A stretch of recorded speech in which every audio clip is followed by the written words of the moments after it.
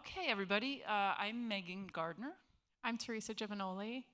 and we are here for Reimagining Play as Infrastructure. We're going to define what that is in a little bit. We're going to do this in kind of a unique way. We are going to have a kind of organic discussion with some slides, and we're going to invite you to participate. So anytime you hear us say something and you want a little more explanation on it, or you're thinking about how could this apply to me, raise your hand. We're happy to, I'll try to get down and get a mic to you in case we need it, but we are in a small, pretty intimate group, so if you speak up, I think we'll be able to do this. But we would really like to have this to be a dialogue as opposed to us just up here telling you a story, okay? Because that way it will be more applicable to you. Okay, so let's get started with our first question. What if every company had to take back what it made? Just think about that for a moment. Raise your hand if you think that that would be a rather large shift in our society. Yeah, okay? If everything a company made, they had to take it back when you were done with it, okay? That's kind of the foundation of what we're creating, okay? And that starts with a game, with play. Play creates the space for practice, and practice creates the space for new expectations. And that's pretty much the flow of what we're talking about. I'll give you a little bit more background about myself in a minute, but what this is about is transformation. We're not just talking about creating a toy, we're talking about creating a movement around how the entire lifespan of the toy, and then shaping new expectations.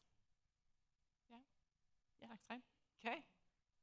So I am Meghan Gardner, and my specialty is transformative design or transformative game design, as it applies to games. What that is it's creating games and experiences that result. I'm going to give you the technical term that result in a prolonged and sustained change of behavior. I would add measurable behavior. I do have a master's degree in transformative game design through Uppsala University in Sweden. I'm the first inaugural graduating class. I've been doing that for 25 years, and they finally have a degree in it, so I figured, what the heck. We connected, and we'll tell you a little bit about that story, because Teresa has a toy, but it is so much more than a toy. Yeah, so what Little Squiggle is doing is for the circular economy. We have a plant-based plastic toy that we incentivize our parents to take back when playtime is over, so that we can recover those materials and grind them up and turn them into raw material for a continuous life cycle of material. So it's kind of an exchange of play out the door and then materials back in. So we're about to launch our very first toy, but we're designing this toy for an entire ecosystem of multiple toys, multiple age ranges, skill sets. And so when I talk about play as infrastructure, every year I attend the World Bank meetings, and we talk about, because my other specialty is creating therapeutic games for children in post-crisis areas. So they talk a lot about infrastructure. That's a really big word, an important word at the World Bank. And what they mean are hospitals, schools, roads. But if you do not address mental health, is my point, you're talking about recovery, economic capacity at 50% of somebody's mental capacity, because you have not addressed their mental health of trauma. So after war, after a big natural disaster, people have to have their trauma addressed if you expect them to have economic capacity addressed. So in this instance, in therapeutic aspect, we're talking about mental health as being important infrastructure for economic capacity. In this space, we're talking about play as being infrastructure, because play is practice for new behavior. So keep that in mind as we're working through this storyline here, which is that when you have play and you're practicing new behavior, you can therefore cause a change of behavior, which is situated around new expectations. And that customer behavior change that Megan's talked about, I had gone to IAAPA, which is a theme park convention, with my cousin who wanted to work in the industry parallel path to what I'm doing, and got to sit through one of Meghan's talks, hear her talk about transformative design. I'm a big Harry Potter fan, and one of the examples that Meghan talked about is how do you turn it from these, books and movies that people love to this entire world that people want to be immersed into. They want to wear costumes that they've pre-purchased into this world. They have wands that they can now cast spells in. So how do you create that like electric environment and take the philosophy of transformative design to create that really powerful customer behavior change? And I just saw a way that we could use that as, for Little Squiggle, it's not just the toy that we're selling and the play that we're selling, but how do you change the customer behavior of, we do return a lot of stuff, and I guess Amazon is sort of helping make that a little bit easier in a silly way. But using that as now, hey, what if when you were done with your toys, you had a place where you could send it back into? So that's how we saw a really nice path to work together to build that up into, we're not just doing a take back program, but it's really this circular infrastructure, this circularity movement behind our toy. So what we're doing is we're translating this entire concept of a system into a movement by making it fully transparent. Yes, so to start, we're going to go back to the opposite of circularity, our linear product path. This is where most of our products exist in today. It's sort of how we design and create. Cradle to grave. Yes.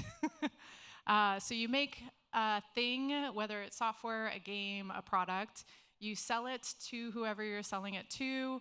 The person uses it, and then it goes down and is no longer used. If it's a digital product, kind of just down to the ether.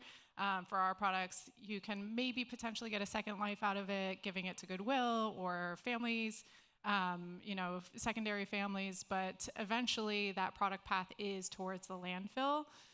There's a hidden sustainable trap underneath what you see here. In that make bubble, that's where us designers make all of our design decisions. So what's your material that you're going to be using? How are you manufacturing that? Are you using AI to help create your products? And did you tell them what your background is in? I'm a mechanical design engineer, done some business on the side, and then also a very passionate sustainability person. And so in that make bubble, you're figuring out where you manufacture your product, what's your supply chain, how are you getting it from its creation to where it's going to be used. Then us as consumers, we get sent that. We walking down the aisle, we see this beautiful packaging, the product, we get sent whatever the messaging is in front of it, and we make our decision, we purchase our product. Then we use it, and then at the end of the life, it's up to us to save the planet and dispose of whatever it is responsibly. So we're inheriting all of those problems from far upstream away where we are. And we're driven by guilt. Yes. So who bears the responsibility of guilt? Us, the consumers, right? We're trying to shift that. Yes, because really those design decisions happen far away from where we are. So sometimes this sustainability messaging can feel really shallow. It's saying, you use your purchasing power to make the decisions. You tell us what you want to do, but how are you supposed to do that if you only have limited options? And how much really purchasing power can you make when, Amazon's feeding you all the, I don't mean to pick on Amazon, but you're getting fed all these, options that you have. There's really not much that exists in the market. So how much of an impact can you make? By the way, Amazon already takes your returns and sends them back to the manufacturer. What if it took it end of life and sent it back to the manufacturer, who had to be transparent about exactly what they did with it? Mm-hmm. So as a designer, as a product designer, I was deeply frustrated with this linear product path. I just saw, I love creating things that people love. I like it in a physical context, but creating joy and play and something that brings people joy. But no matter how well I design my products, no matter how much love and attention I put into it, think of Apple. I mean, they're like, the iPhone is so sophisticated, and how much design goes into that to make it so beautiful and simple for us to use. But if I was a designer of an iPhone, my product would be waste in 6 months to 2 years, depending on who's using it. We can recover some of those resources. I just didn't see how I wasn't designing the garbage of tomorrow, no matter what I did. And this sat pretty deeply with me. So there were 2 things that I learned while I was in grad school, 2 little nuggets, seedlings that really blossomed into what Little Squiggle is today, that really highlight the flaws in this linear product path. The first is that in the next 10 years, we are on track to create more waste than has been created in the entirety of humans creating things. That exponential growth leads to exponential waste. It's unavoidable with a linear product path. The second that I learned was a simple case study. I'll ask the room. Which do you think is more environmentally friendly? A thin single-use plastic bag or a paper bag? Oh, nice. More environmentally friendly? You knew it was a trick question. Yeah. Why is that? Yes. So I thought it was a paper bag because, you get fed a lot of messaging. You see the little thin plastic bag in a tree that's destroying the environment. Turns out when you take into account the material footprint, what it takes to actually get it to the customer, the greenhouse gases, the carbon emissions, you actually have to use a paper bag 6 times to offset the environmental impact that it has to get it to that consumer. And this was groundbreaking to me. This was that hidden impact that we've talked about. Whether you're designing a thing or you're designing a software product, what does it take to get it to the person who's actually using it? We really it benefits the people who are selling the products to really forget about that footprint along the way. And then it was a big impact for me being like, I just learned all these great things about plastic. Maybe plastic isn't the bad guy in this equation. It's been given that bad guy title, but maybe if we just used it in less of a linear way and more of this circular way where it could live forever as a resource, then it could shine in all its glory as a material. So instead of a cradle to grave, we're going cradle to cradle. Yeah. So after grad school, went into the product industry, designed for a lot of different startups and big companies, small companies, got to see behind the scenes and how our products actually get to the shelves. And then, dun, dun, dun, industry layoffs, and I lost my job. And it was a moment of, do I want to hustle to get back into the same thing when the industry is hit really hard in this linear product path that's really frustrating, or do I want to go into some sort of circular consumer product? I'll move anywhere in the world to work for some company that's doing this. It was probably going to have to be Europe. And I couldn't find it anywhere. So I just thought, if this doesn't exist today, I have to bring it into the world. This has to exist. So fast forward a couple of years, and here's our very first toy in our circular ecosystem, Hara the hippo. Hara plays songs. You can change the speed of the songs. You can mix beats. It's almost like a little MIDI for kids. And then there's some gameplay of chasing the colors. So Hara is this loving, sustainable, circular toy. Thank you. Thank you. Hara the hippo. So for most toys, this is where the story would end. A cute product, we made our pitch, we sold the sale, that's awesome, job done. Hope you enjoy it, see you later. For us with our circularity mission, this is where our storyline is really just beginning. We want to go along with that process with you. So that starts at the very beginning of the design. This isn't just a piano. We want kids to really fall in love with our toy. This whole thing doesn't work if it's just some fidget spinner that is really cheap and throw away. So we designed this to be a character that's inviting the kids to play in so that we can build that love and attachment. We've designed it with a lot of active play and discovery that kids will be proud of the things that they're learning and discovering through this toy. Then comes the return side of the table. Most toy companies, or most toys, parents probably in the room know this, that's when you try and siphon off some of the toys and hide them in the attic for a while until your kids forget that they were there. For us, this is a moment we really want to celebrate. Your kid has graduated from Hara the hippo. Let's package it up in the say goodnight, tuck Hara in, and send it back to Little Squiggle headquarters. We're going to share with you what we're doing with those materials. You return the toy to us, and we say thank you. There's a cash incentive to return the toy to recognize this is not a part of your normal process. We want you to be excited about what's happening there. Yeah. So again, I'm going to repeat myself a little bit here. You have the play opportunity, then you have the practice of becoming part of the return of the product, which creates new expectations, and hopefully those new expectations go beyond what you expect of Little Squiggle and applies to everything you're purchasing. The entire transparency of the design of the product, the material selection, why that material was chosen because of its high ability to be recycled. How many times can you recycle? We're shooting for infinity. Yeah. Yeah. That plastic, because not every plastic can do that. Yeah. So there's a very specific, expensive plastic that can be recycled over and over and over again.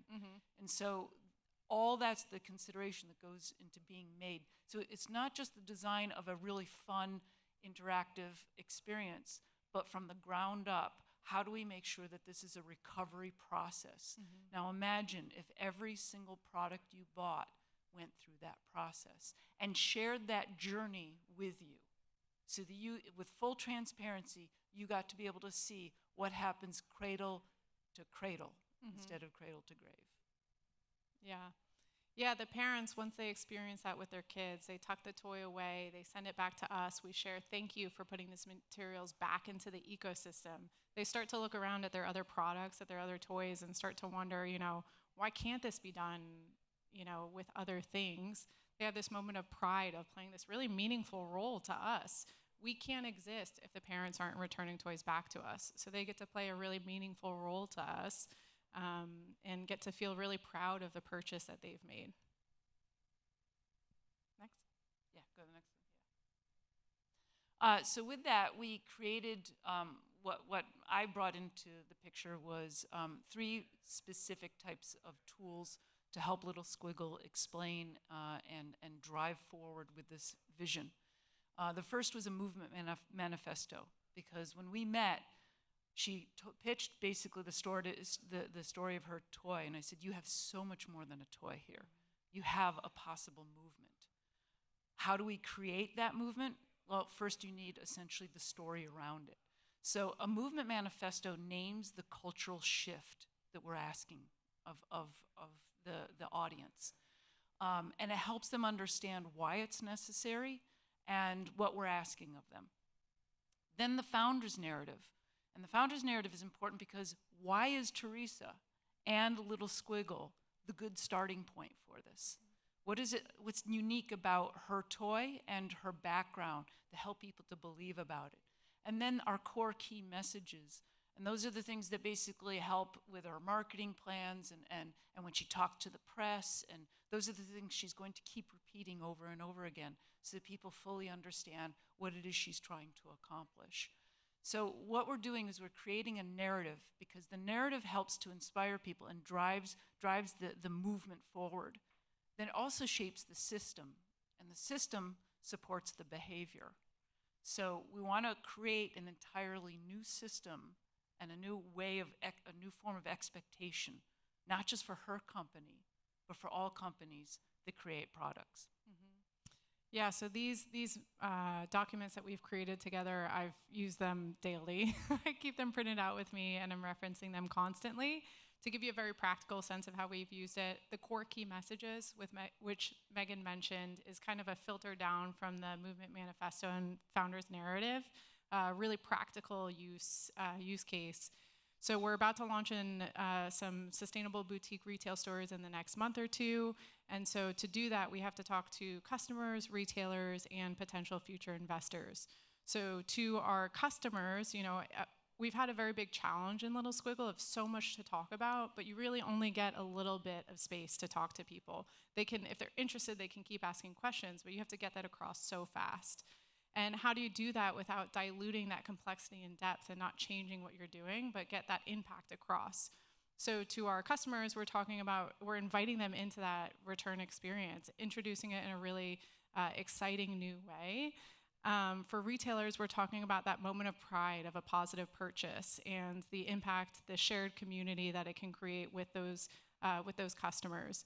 And then for our future investors, we're explaining the circularity product and how this is adding a differentiator in our financial model that other toy companies or even consumer product companies just won't have. So this has really been a good blueprint for us to have very clear messaging without overwhelming our community with all the nuances. We want our complexity and our infrastructure to exist, but we want it to feel really simple from the outside perspective. You buy your toy, we pay you to take it back to close the loop. Simple as that. And to help you out in case you have a product or a game or something that you want to create a movement around, we've actually created a framework for you. So this is the slide you want to take a picture of. And it asks really important questions for you to answer before you even consider designing a product, which is, what's the hidden system that you want to make visible? So usually the hidden system has the problem that right now the manufacturing of and then recovery of any physical item that you purchase is a hidden system. What new behavior will people be invited to practice? That's transformation right there. So that's a really key point. What meaningful role does the participant play? So in ours, we're taking the responsibility off of the shoulders of the purchaser, but we're still inviting them to participate. We're not saying to you, you're the end-all be-all decider on what to do with this when it's done, but we are saying, but you can make a difference by shipping it back. How can participation feel joyful instead of burdensome? Well, that's a lot of the messaging, because it's not guilt-based messaging, it's joyful messaging. And then what changes after the play experience ends? Well, as she said, you're packaging up, you're part of this wonderful recovery process, and you see that the toy is going to be recovered and end up in the hands of another child instead of a landfill someplace. Yeah, so design would absolutely change if companies had to take their products back. And Little Squiggle is exploring this in how play can help our families imagine this, practice it, and then expect it from others. Thank you very much. Thank you. And if you have any questions, there's nothing coming after this. So, and there's a microphone. So if you have any questions, please, there you go.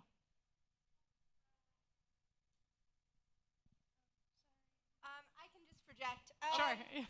I'm curious, what do you think it would take to get other companies to adopt this model and to kind of take that movement message and bring it to bring it to something that is more widespread? Yeah, I would say, it takes asking really hard questions. We're peeling back our curtain and showing when we get our products back, this is exactly what's happening to it. We want to show you the manufacturing side. And so I think if hard questions start getting asked, like, hey, what does your manufacturing floor look like? What are you doing with your products when you're done with it? What chemicals are going into this?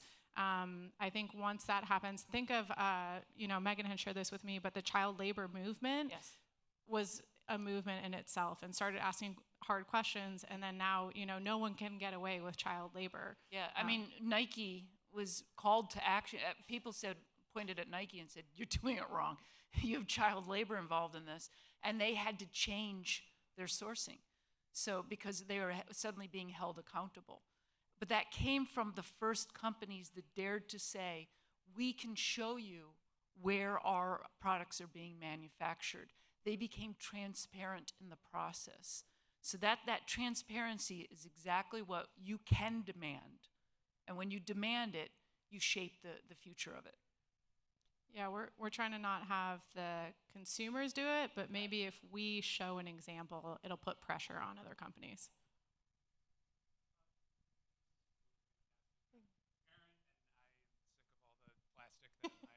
My parents keep bringing over and keep ending up in our basement, and I don't know where they're going next. My question to you, I have a couple thoughts of this on my own, but I want to throw it to you. Have you guys considered how to incorporate the other R's into this whole process? Reduce, reuse, before the recycle. I think there's like a lot of opportunity there. Like obviously recycle, huge thing there, but are there other ways that you've thought about maybe kind of incorporating those elements into this kind of product life cycle or changing the product life cycle in some way? Yeah, we'll always try to reuse if we can as a first step, but we're a premium brand, so we want every toy off the line to feel new and special. But we are tracking a lot of like how many reuses can we get, how many recycling do we have to get, and our recycling is a little bit different. When I first started this, I thought about, well, can we get everyone's used toys and make that into something? But there's a lot of different quality issues with that. You don't know how all these different companies are making their products and what do they pay attention to. So there's a lot of contamination issues. You can really only recycle those so many times before that material starts to degrade. So we're playing around with that a lot. And I think what we're doing is proposing at least the first circular toy and then waiting for our customers to respond and see, hey, we really would love for you to reuse more. Or maybe they love the recycling because they feel like it's safe and fresh and clean. So I think that's where we're like, okay, this is our first go at it, and then we'll build more circular systems based on what our customers are saying. Also, my company created a card game for the Smithsonian, and it's designed for middle schoolers to teach design thinking. One of the things we wrote into our contract was to make this an accessible game for those who could not afford to purchase the game. So there's a PDF version of the game being widely distributed after the final approval, which comes next summer. This is actually now going to be a foundational aspect of a nationwide program they've designed around the game. On top of that, once you purchase the game, with the purchase of just another deck, it becomes applicable to high school level. And with a third deck, it now becomes applicable to college level design thinking. So you are reducing by having a PDF version available of the game so people can just print it out on paper instead of having cards. And then reusing the game as the students get older, the game becomes functional at a higher level. Yeah. Go ahead. Go ahead. So I come from an industrial design background, so Oh, nice. similarly get the manufacturing situation.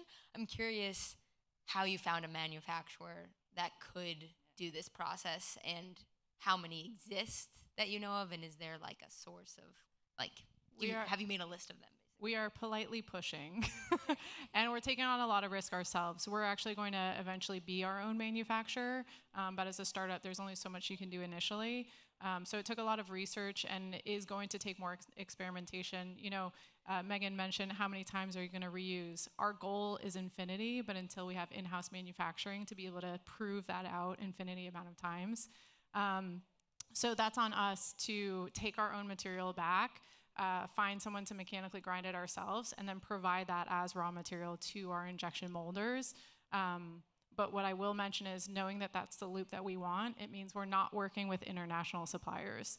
We have to find local suppliers that we can be part of that experience. And it doesn't make sense to have a toy sold from overseas, collect the material, send it back overseas, bring it back overseas.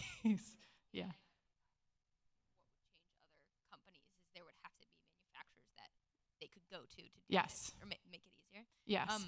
My other question was, have you thought about like the design of nostalgia in a toy like this, knowing that it's a thing that you do give back, and what does nostalgia look like in toys that aren't always in your hands potentially? Do you mean like Sesame Street with Elmo and things like that, or like Toy Story and the nostalgia that way? Yeah. Yeah, I did. A lot of sustainability design will say, you know, we want this to live forever. And I think that's one take on sustainability. And I think if you love the toy enough, I hope that it's durable enough that you can keep it. And, you know, the goal is that it's durable enough that you can keep it around and keep it in your closet if you'd like. But I don't believe every toy should stay in an attic if you don't want it to be. And I think there's so much clutter and waste that we want to have that come back to us. So, you know, hopefully there's some keepsakes, and that's great. What I will say about that is we're not going to have a timeline on, oh, you have to return it in 2 years, you have to return it in 5 or 10, or it's no longer valid. We're designing our entire ecosystem that, let's say you have the toy 20 years from now, and then you give it to your child, and your child's like, this means nothing to me, then we want to be able to accept that back into our ecosystem. I'd also add that a lot of the mentality around nostalgia can come from, I don't want to get rid of this, I love it so much, because getting rid of it means throwing it away. Yeah. We're saying you're not throwing it away. You're literally making it possible for another child to play with this toy. Yeah. So it's a different mentality. It's being reclaimed into the system so that another child can enjoy it. Yeah. So just to add in, when this entire system is perfected and we're reclaiming that much, your costs for appropriating that plastic, basically the cost for the raw source plummets because she controls her own sourcing. It's being sent back to her by the customers. So she's not worried about whether or not plastics are becoming more expensive because another strait has been closed down. She's got her own source coming in.